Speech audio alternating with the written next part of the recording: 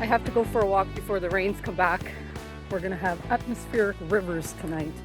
The sun was out this morning a little bit, so that was very nice. This is School Road, and when it snowed, it was closed because it's too steep. It's like 21% grade, and heavy traffic doesn't come down here. It goes around Gibsons Way. I'm walking along South Fletcher. This is a nice little stretch, and homes here have ocean and marina views. Up ahead is the Municipal Hall and the library. Our town hall is pretty cool because you can see right through to the water. So probably one of the best lobbies around. Check that out. Here's the Gibsons Library. Oh, it's Sunday, so it's closed. I like any road that shows ocean views, and coming down Wynn Road, you have that.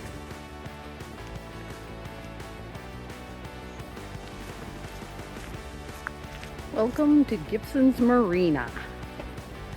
Very pretty with the mountain backdrop.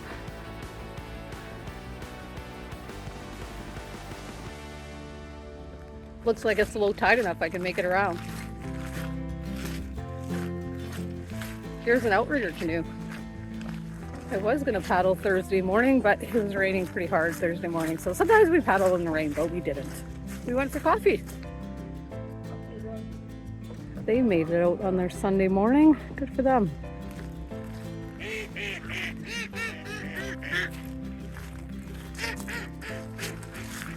I'm taking you to Breakwater Beach. At high tide, this little part actually will get covered with water.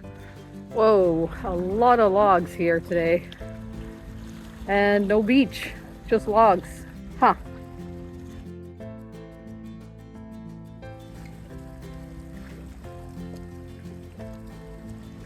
Oh, the sun's pretty much gone with all these clouds now.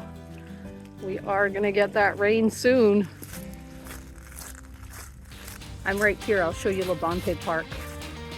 Not much, just a couple of benches, a pond, a creek running through here. Oh, that's pretty.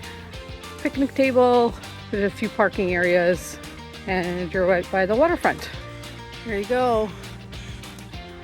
That's Labonte Park. Usually I pay attention to which way the tide's going, so I wasn't sure if I'd get caught and not be able to come back along the water here, but the tide is getting lower, so I am good. I'm hot. Had to take my hat off. That's why I don't wear hats. It's so hot. But then my ears get cold, so that's why I wear ear bands. I wear like that, yeah. Anyways, that's my story and I'm sticking to it. Dougall Park is pretty close to the marina. There's this large grassy area and some play park a little bit. I never know where I'll go for a walk. Are you a tennis player? This is right by Dougall Park. Actually, they're pickleballing. Tennis courts are turning into pickleball courts everywhere. Some people like it, some people don't. There's a couple of parking spots here, and there's a little creek and a trail at the end of Stewart Road. It's kind of neat. I'm not really going that way. I just wanted to show you the path, but I do want to go up that way soon, and it heads up towards Gospel Rock. This way for now. Stewart Road does have nice views, but you're kind of close to the sewer processing plant, so it's a bit of a stinky one. Wastewater treatment plant, 389 Stewart Road. On Stewart Road, there's Inglis Trail, so let's head on out there. Some ocean views, the sailboats are out there. This little art piece here. So cute. All right, I think I'm turning this into more of a walk than I had planned. But it's so nice being out, and the rain will come soon, so why not stay outside for a bit longer. This English Trail is an accessible trail, and so then they built this one a few years ago. There's another path that's not wide and nice like this. So yes, you've probably seen out and about in Gibsons here, the snow's all gone. Very nice. I was just thinking there are cougars around here. You could walk with a stick, that's what my dad tells me. I was writing a letter to my niece and I was letting her know that when I was young I used to go for really long walks. We lived out on a farm and it was all like just flat prairie side roads, and I'd go walking forever for probably like 8 miles. Yeah, because I would do the 8-mile block sometimes, or the 4-mile block. And then, yeah, sometimes I would go biking. It was always great. and I listened to my Walkman, and this was the part about my niece, is I was like, she probably doesn't know what a Walkman is. But I listened to music forever. She could ask her mom. What's a Walkman that Auntie Val's talking about? So we are coming actually at the bottom of Eagleview Heights here. This is where, yeah, the bottom part of the lot. So I was thinking about our market, and there are a lot of listings in Gibsons and the Sunshine Coast that just aren't quite right for people to buy. They're either need too much work, or they're like 2-3 stories, and maybe people don't want that. Yeah, just kind of dated, and right now people kind of want to buy something nice and ready to move in.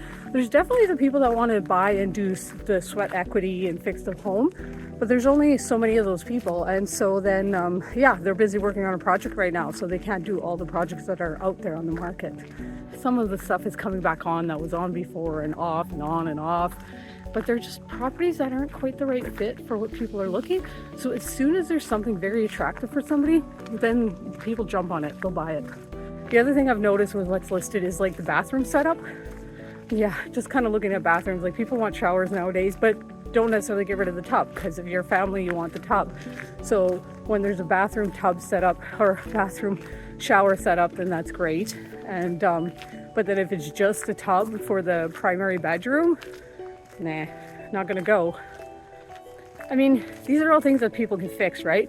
But in this, for the most part, people just don't want to have to fix anything. They want to buy it and go in.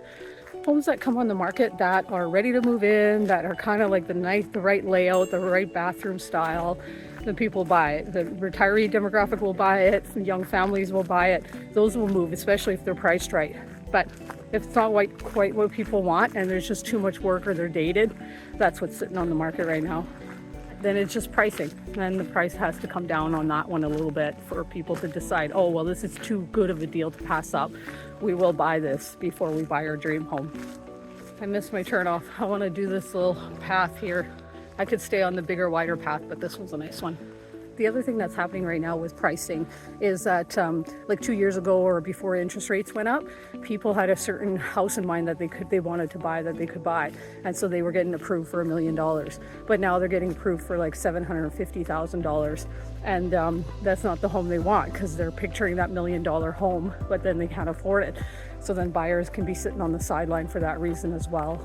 That will fix itself when sellers realize that the buyers are no longer at the price point that they can be, and so then sellers will have to come down a little bit on pricing. Here we go. I'm just coming out of the top of the trail here on Eaglecrest Drive.